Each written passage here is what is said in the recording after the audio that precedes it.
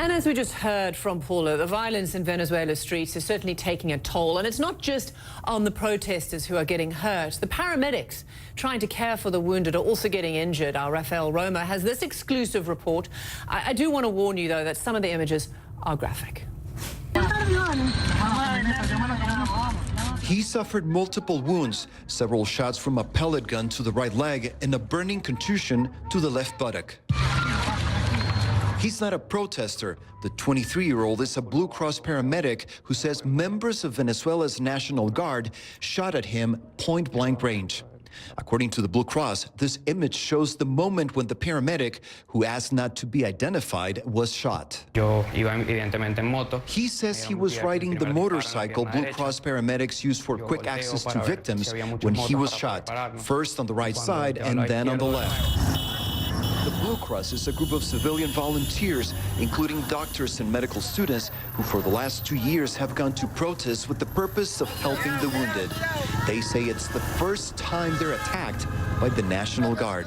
We never had a direct attack. It was always a coincidence, like falling off a motorcycle or getting hit by pellets that were not aimed at us.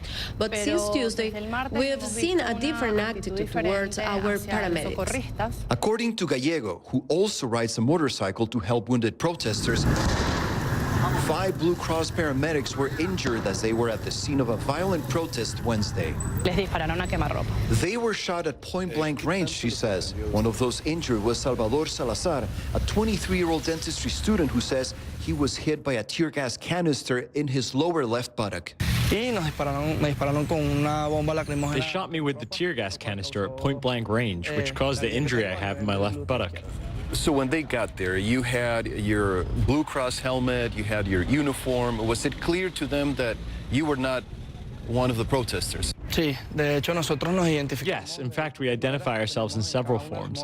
We have flags on each one of our motorcycles and vehicles identifying we are the Blue Cross. We have a white helmet with the Blue Cross. We also wear full uniforms. The Blue Cross says their mission is saving lives, and they don't make any distinction between protesters and security forces. As a matter of fact, they say they have rescued members of the National Guard in the past. CNN contacted the Venezuelan Ministry of Defense, but they declined making any statements about the alleged attack. The Venezuelan defense minister has referred to the violent situation in Venezuela in recent days in terms of war. Our country's weapons, he said, are there to defend our sovereignty and independence. For the Blue Cross, this first attack against its paramedics sends the message that security in the country continues to degrade. They also say it was an aggression that means that, in Venezuela, not even those dedicated to saving lives can escape violence. Rafael Romo, CNN, Caracas.